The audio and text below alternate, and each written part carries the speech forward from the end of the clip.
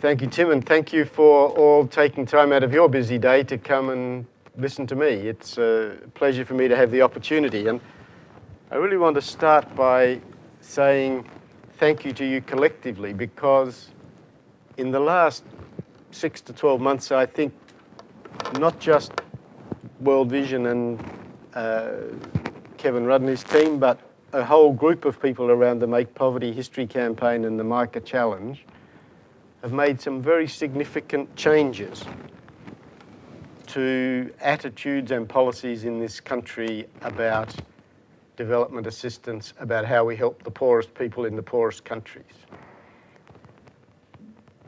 I saw on your website in the lead up to the election a quote from me, and very rare in reporting of election comments, it was actually an accurate quote,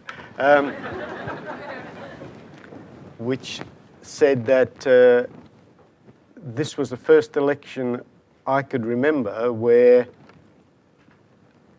the issue of development assistance was positively on the agenda, and there was an active engagement with and between the political parties about the character and virtues, respectively, of our programs. I've been engaged one way or the other in federal election campaigns since 1970s or something. And I've never seen that before. And it was important, and it gave us the capacity to present the proposition that we did about increasing the development assistance budget. It's not that Kevin Rudd or Bob McMullan are the first two people ever to care about this. That's not the case. Lots of people would love to have felt they were in a position where they could go to an election making that commitment and win support. Now, it is true that Kevin has a significant commitment to this issue.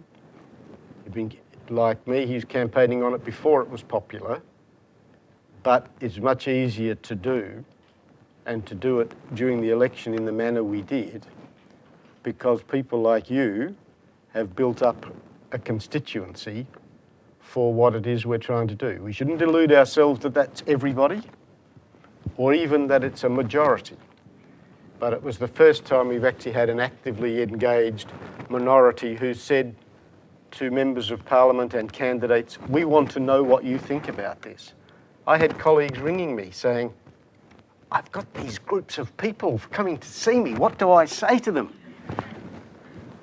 And it was terrific that they were asking. They've never asked before, because the initiative was being taken by constituents, particularly, I always say young people, but it wasn't actually all young people, it was predominantly the young people, and the glint in their eye and the enthusiasm that they showed.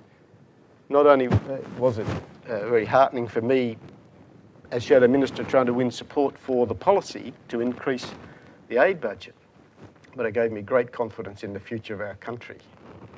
That people were out there giving every minute of their time to something from which there's no remote possibility they'll get personal benefit, just because they passionately thought it wasn't right and it should be put right.